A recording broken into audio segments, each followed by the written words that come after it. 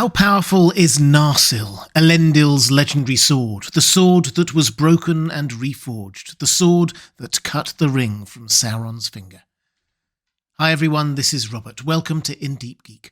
On this channel we cover The Lord of the Rings, A Song of Ice and Fire, and much more. If you love in-depth discussion of great fantasy and science fiction, this is the place for you. Welcome. Narsil, the sword that was broken and reforged as Anduril, is probably the most well-known sword in Tolkien's Legendarium. But was it magical or powerful in some way, or just a cool sword passed down generation to generation? Let's start by digging into what we know about the sword's history. When told to leave his weapon outside the hall of the King of Rohan, Aragorn, holder of the reforged sword, warned the guard not to touch it while he was gone, saying that Telkar first wrought it in the deeps of time. So it was first forged by Telkar, but who was he? He was a dwarf smith, one of the finest smiths ever known on Middle-earth. Hailing from Nogrod in the Blue Mountains, those are the mountains far off in the west of the map of Middle-earth we know, he was probably a member of either the Firebeards or the Broadbeams. And although we don't know huge amounts about him personally, his name crops up a few times in the Legendarium, associated with some legendary items that he forged. For example, he forged the knife Angrist that Beren used to prize a Silmaril from the Iron Crown of Morgoth. That blade was apparently so sharp it cleaved through iron like it were green wood. He also made the Dragon Helm of Dor-Lomin, which had several owners and was said to have a magical enchantment that made its wearer invulnerable to wounds and to strike fear into their enemies. Clearly, Telkar was a great smith, capable of forging not only strong but also magical items. And if the rumours are true, very powerful magical items, an enchantment, presumably via crafting runes, that makes its bearer invulnerable to wounds, is quite something. Telkar lived and died in the First Age of Middle-earth, an age Aragorn describes as the deeps of time. Curiously, Tolkien doesn't tell us anything about how Narsil got from Telkar's forge to Elendil some 3,000 years or more later, towards the end of the Second Age. But most scholars have speculated that this must have been one of the arms that Telkar made for King Thingol of Doriath, and it passed down the family line from there. Hence we hear about Telkar from the Elvish perspective, and hence his name appearing to be of Sindarin, Elvish derivation rather than Khuzdul, Dwarvish, because he was very clearly a dwarf. My best guess for what happened after that is that when Menegroth, King Thingol's underground city, was finally destroyed in the second kinslaying, Elwing, Thingol's great-granddaughter, escaped with the survivors and some of the treasure of Doriath. Narsil was probably one of those treasures. One of Elwing's twin sons, Elros, later became the first king of Númenor, and Elendil was a direct descendant from him. So we just need Narsil to be passed down from generation to generation for a while for it to end up with Elendil. Tolkien may not have told us exactly how it ended up with Elendil, but this is as good an explanation as any, and explains why it was considered such an important heirloom even then. So to be clear, although we first hear of Narsil in the Silmarillion in the hands of Elendil in the last alliance of elves and men, it will have been in the hands of his ancestors for millennia by then, and already was a famous sword. But it's only with the last alliance that we finally get a description of it. We read, "The sword of Elendil filled orcs and men with fear, for it shone with the light of the sun and of the moon, and it was named Narsil." Etymology obviously means a lot to Tolkien, so it's worth pointing out that the word Narsil comes from the Quenya, Elvish, for red and white flame, symbolising the sun and the moon, the chief heavenly lights as enemies of darkness, as Tolkien put it in one of his letters. And of course, it having an Elvish name backs up the theory that this made its way eventually to Elendil's line via Elros's elven heritage. The next we hear, obviously, is when Elendil was slain and Narsil broke under him as he fell.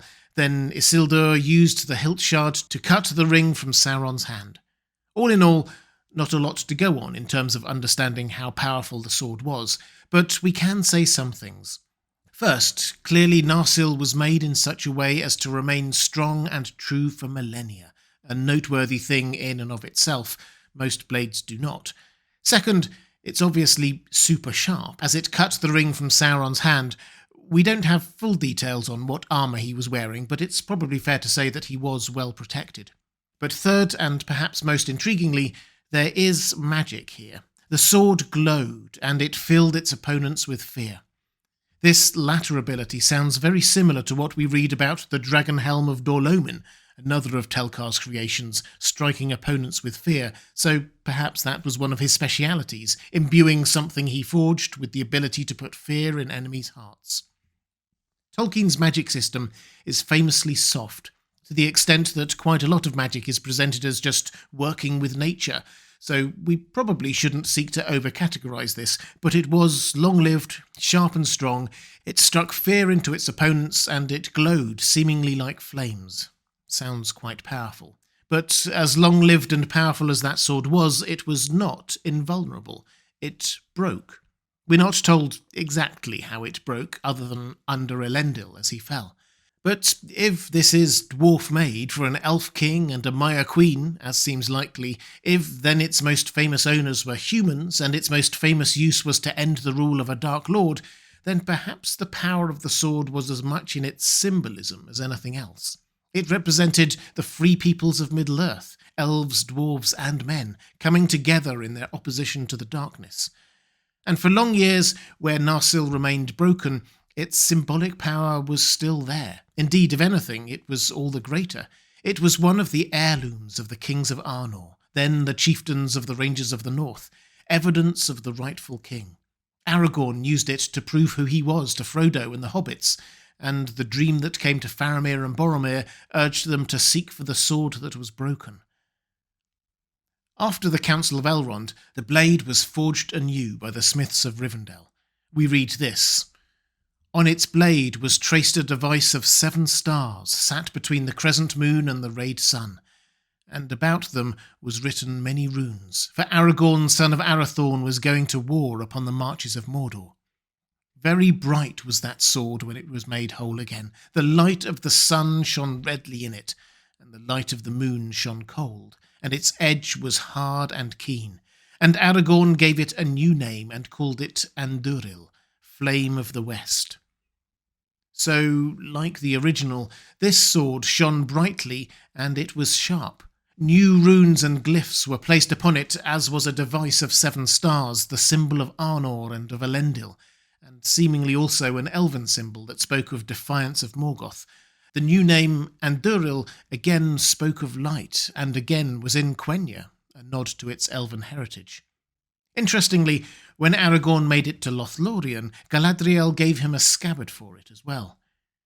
She gave him a sheath that had been made to fit his sword. It was overlaid with a tracery of flowers and leaves wrought of silver and gold, and on it were set in elven runes formed of many gems the name Andúril and the lineage of the sword.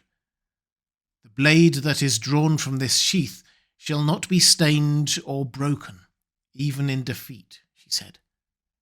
So Andúril is like the original Narsil, but now Galadriel is giving it a sheath that makes it invulnerable to breaking, even when its user has been defeated. In other words, she is making up for the sword's one big flaw. When Elendil was defeated, Narsil was broken. Even if Aragorn or his successors were defeated, Andúril would not be. The sword made complete. The sword and the hope it represented could no longer be broken. And what, may you ask, about that other ability that Narsil had, to fill its opponents with fear? Did Andúril have that as well? Tolkien doesn't tell us, but he shows us. When Aragorn stared down Sauron through the Palantir, this is what happened. "Sauron has not forgotten Isildur and the sword of Elendil," says Aragorn. "Now, in the very hour of his great designs, the heir of Isildur and the sword are revealed, for I showed the blade reforged to him. He is not so mighty yet that he is above fear." Aragorn showed Sauron Andúril, and Sauron was afraid. Yes, Andúril strikes fear into the enemy like Narsil did. So what is Tolkien showing us with all this? Well, it's probably noteworthy, if rather obvious, that Narsil needed to be broken for Anduril to be made. Indeed, Tolkien came up with the idea of having a sword that was broken connected to the returning king long before he came up with a name for it, or the idea that the original had been broken by Elendil falling on it in defeat, or that it was made by Telkar. These are all important details, as are the powers that the sword has, but the most important thing is that it was broken and then reforged.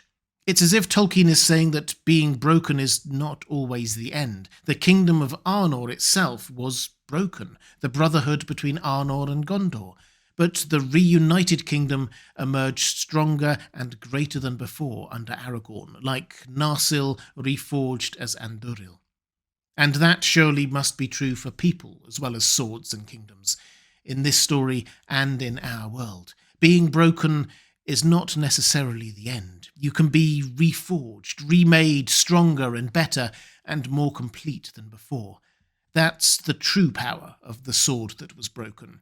It was reforged, the same steel, but new. If you'd like to see more videos on the world of J.R.R. Tolkien and the Lord of the Rings, please click on the link to the playlist on the left of your screen. Or if you'd like to support this channel, thank you. There's a link to my Patreon page on the right of your screen. Thanks for watching.